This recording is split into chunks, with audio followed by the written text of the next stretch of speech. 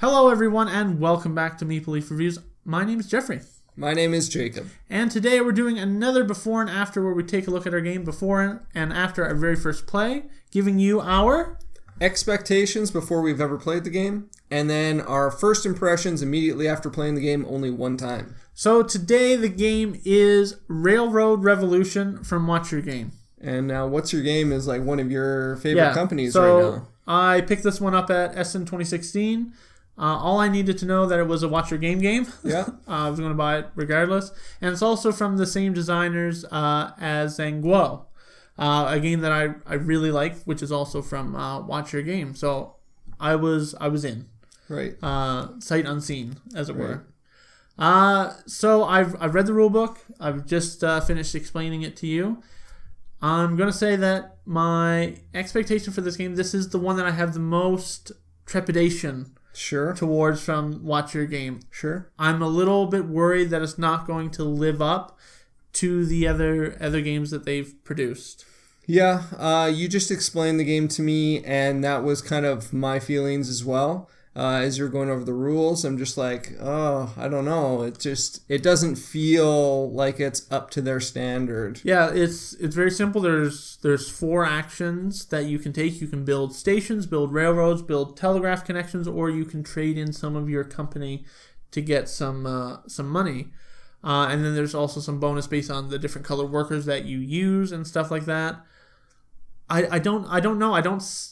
Right now, from not having played the game, I'm not seeing the gears that are going to have to click into place to build this engine that you're going to work with. So, yeah, I'm just going in a little bit hesitant to this one. Yeah, the game, to me, just seems extremely simplistic. Yeah. Yeah, there's, like you said, my brain isn't going to, the gears aren't going to be churning there. And it's just going to be simple. Okay, I'm going to go here now, go here. Yeah.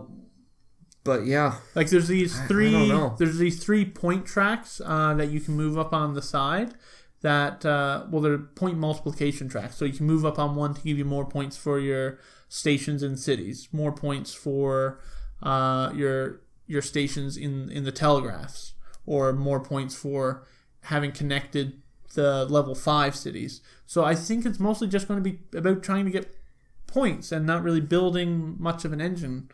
Yeah, well, the one thing, okay, so going off on those point tracks, it's just basically you move up this track and it's just going to improve your score at the end of the game, and there's no real other purpose. There's like a couple sections where you have a cost when you move up, but other than that, not much. In some of their other games, like Nippon, there was a purpose for getting those multipliers. Right. And like you're moving up on, like in Nippon, you're moving up the coal track to get more coal. Right. Like you're moving up on something to give you a benefit in the game, whereas in this game, you're moving up on a track just to get a benefit towards scoring at the end. Exactly.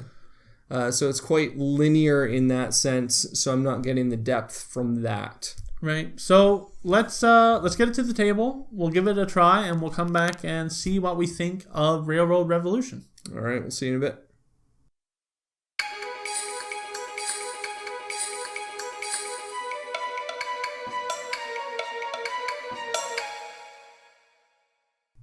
Hello, everyone, and welcome back. We just finished our first play of Railroad Revolution. Mm-hmm. Now, I was going into this, like I said, with being hesitant about the game. I thought it was just going to be simple actions. The actions were simple, however, getting the resources to perform those actions was not simple. Yeah, it was extremely difficult. I found we were constantly laughing throughout playing this game. Just because we're just like, how do you even get this resource? Yeah, I think it was like turn 2, I spent my starting money, and then I was like, where do I get more money from? I was like, how do I even get more money? And you can convert shares into money, but you need shares to do other actions, so you don't want to be doing that.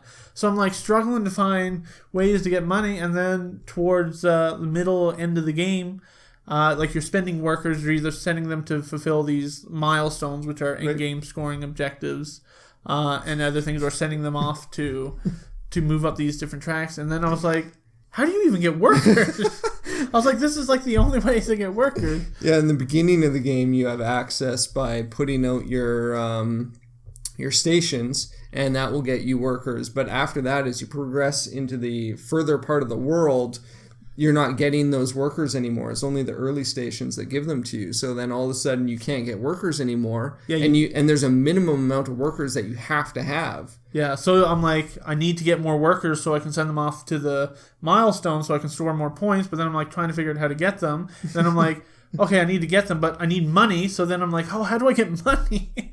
And then I need more shares so I can do more deals with the different people. But there's these spaces that the first person who builds there gets a special bonus. Right. And building somewhere and not getting that special bonus sometimes, especially for the where you get the shares, is really tough. However, you can offset that by using a certain color worker that gives you that bonus again.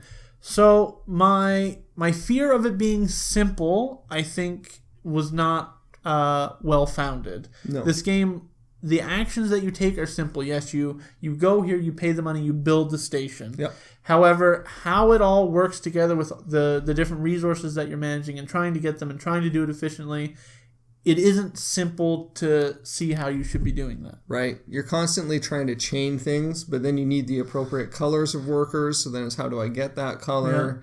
Yeah. And what order do I want to do these things in? Yeah. It was a lot more complex than I was expecting, for sure. In addition, the sidetrack, it was kind of as anticipated, lackluster. You're just moving it up, but it was more side actions that you're doing. Like, oh, I'm going to do this, and that gives me a bonus, which I'll trigger this to move up on that track. And then also, I thought it was going to be much simpler than it was. I was like, oh, this only costs $100 to move up this track, or this only costs 2 shares. But as you start getting towards those more point values, you're running really low, and you're like, so it actually takes some effort to get the resources you need to cross certain thresholds on those point tracks. So it wasn't as straightforward as I thought, but it is still just getting points at the end of the game. Right, exactly. One thing that I thought before the game, I was like, there was one action where you can trade in some of your buildings and rails. So you only have a limited number in the game. And I was like, well, why would you ever want to do that to get money? Well, you want to get money. Yeah, but money's hard to come by. But when you do that, you're giving up on potential rails that you can build and potential buildings that you can build. And building buildings gives you actions, and building rails can also give you actions and make city connections and stuff like that. So you're giving up something to get that money. So that's always a tough decision on, should I actually be selling off this stuff throughout the game? Yeah, I think I sold off 3 things over the entire course of the game, and I had everything that I was shooting for, all the goals that I was trying to achieve by getting across the map, laying down rails and putting down buildings. I got to all of them, and I only had 1 building left. Yeah. So I was able to sell that last building, but even I missed something. At the end of the game, I had forgot about this one scoring track down at the bottom, and so I could have easily used that building plus one of the other ones that I got rid of to earn more points. Yeah. So I will say that this game isn't an engine building game. I did not get an engine building feeling out of this. No, not at all. You're not improving your actions or doing anything like that. They're always the same. You might be getting more very different colored workers, but you're going to be trading those off and getting new ones anyways. But this just is just all the resources just feel so tight. You're just trying to get them, and you feel like, oh yeah, I'm on top of the world. I got like $1,000, and then you take the next action, and you're like, I'm out of money again. Yeah. So now I got to go back and try and get that. So yeah, it's not an engine building game, which is like the designer's previous game, Zhanguo, that I felt very much is an engine building game. Okay. This one is you're just struggling, trying to get everything together to take the actions that you want. Right. I almost felt that this was a mix between Nippon and Signore. Right. Signore with the dice being different colors, which give you the different abilities based on where you put them. And then with Nippon with the different colored workers that have different bonus abilities or values depending on where you put them. Yeah, so I think for my final first impression of this game, or my first impression of this game. It's not my favorite watch your game. Okay. But it is a lot better than I had thought initially going in. Right. I think I would want to play this game a second, third time. Yeah. I would go ahead and say that this is the funnest What's Your Game game that I've played, and it was just because we were just having so much fun. We were just laughing so much at the situations that we were getting into, and we're just like freaking out about not being able to get money and get workers to do the actions that we want to. Yeah. I just had a really good time playing the game. I would, after more plays, I think this is definitely in contention for being my favorite. Oh, really? Of What's Your Game games. All right, well, we'll have to get it to the table some more and see. Exactly. And there's one other thing. Even if you tried this game and you didn't like it, there's one thing you can always count on for What's Your Game, and that's to get an ugly mustard-colored game board. So there's always that. Yeah, their game boards are functional. Exactly. All right, well... don't forget to like and subscribe to our YouTube page. That always helps us out. Yeah, you can follow us on Twitter at MeepleLeaf. You can go down to the description down below in this video as well and go to our board game links and give us some hearts so other people can find us. All right, guys. See you next time. Take care.